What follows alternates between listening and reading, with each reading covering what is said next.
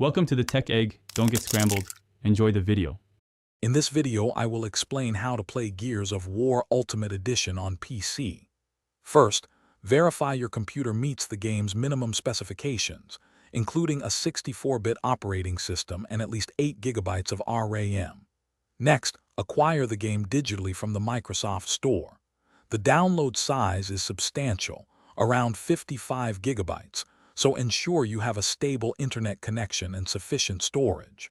Once downloaded, proceed with the installation process. To ensure a smooth experience, your PC needs a 64-bit Windows 10 operating system. 8 GB of RAM is the minimum for stable performance. For graphics, an NVIDIA GeForce GTX 650 Ti or an AMD Radeon R7 260X is recommended.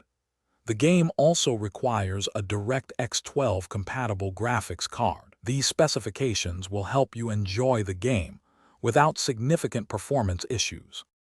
Once installed, dive into the game's settings to optimize your experience.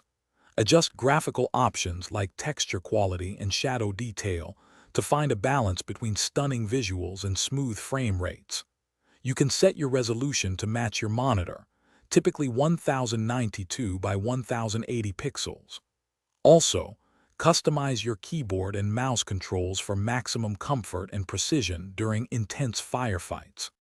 If you encounter issues, start by updating your graphics drivers. This often resolves many performance problems. Close any unnecessary background applications to dedicate more system resources to the game.